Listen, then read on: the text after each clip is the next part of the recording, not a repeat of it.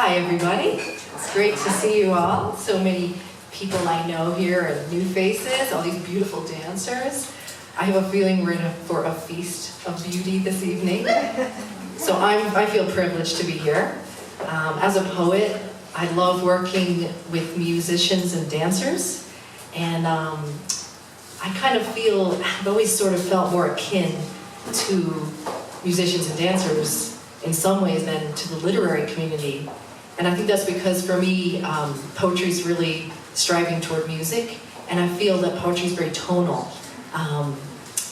And you know, in some ways for me, poetry is all about feeling more than about the thinking.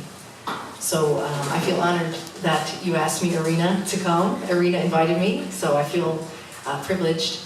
And if I had to say, for poetry, if I had to describe 4 words, what it's all about for me, it would be longing, grief, praise, and ecstasy. So I try to bring something in my spoken word and poetry pieces, something that refreshes and something that brings sustenance. So I'm going to share just a couple pieces. This first one is an oral composition, and I'm sharing this in homage to the dancers in the house, and you'll know why.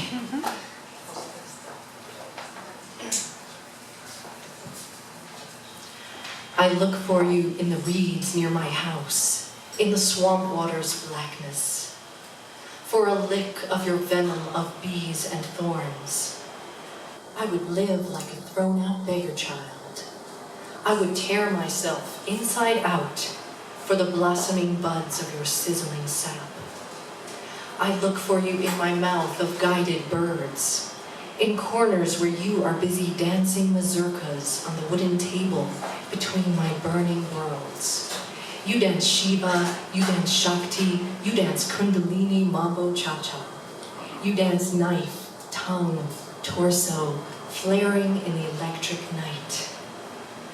I look for you in the lines of infants' hands, because you are the blueprint of something beyond me.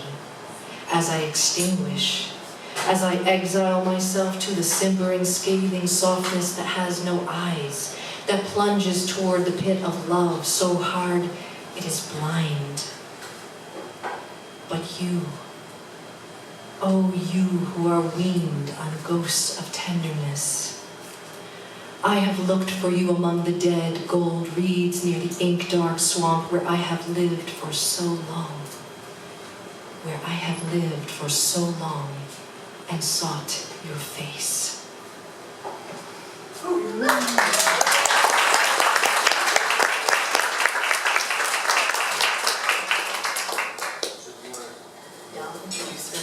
So this next piece is, I like to do sort of musical duets, and one of my favorite artists is Lisa Gerrard, one of the most amazing singers on the planet. So I composed this piece to the song, and I created this piece for a sacred ceremony honoring Mother Earth. So yeah, it's a blessing poem. You asked for love, and we could only weep to see what we had done to you.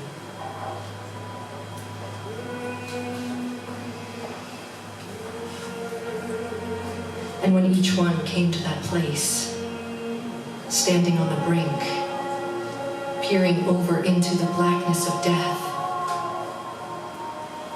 at last we saw your face.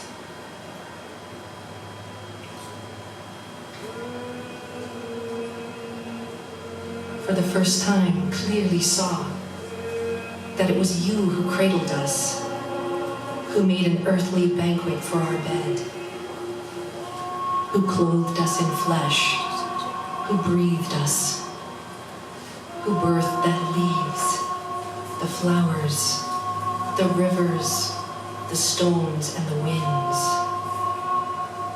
The very reason we came here.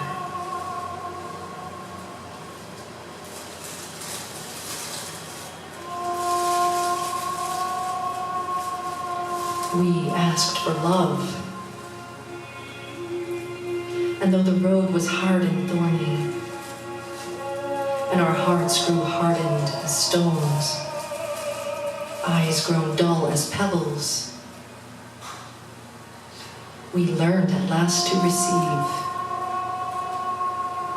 the leaves and flowers, rivers, stone, winds, and creatures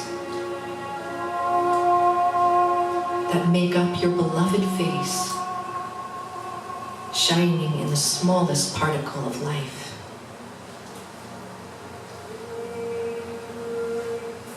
The very reason we came here. You asked for love, and we learned to give it,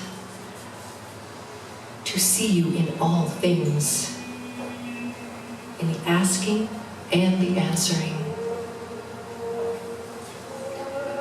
Love, what we asked for and you answered. Love, what we remembered and became.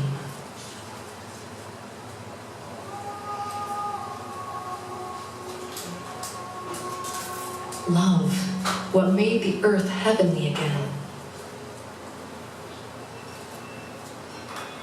Love, what healed the broken and the scarred.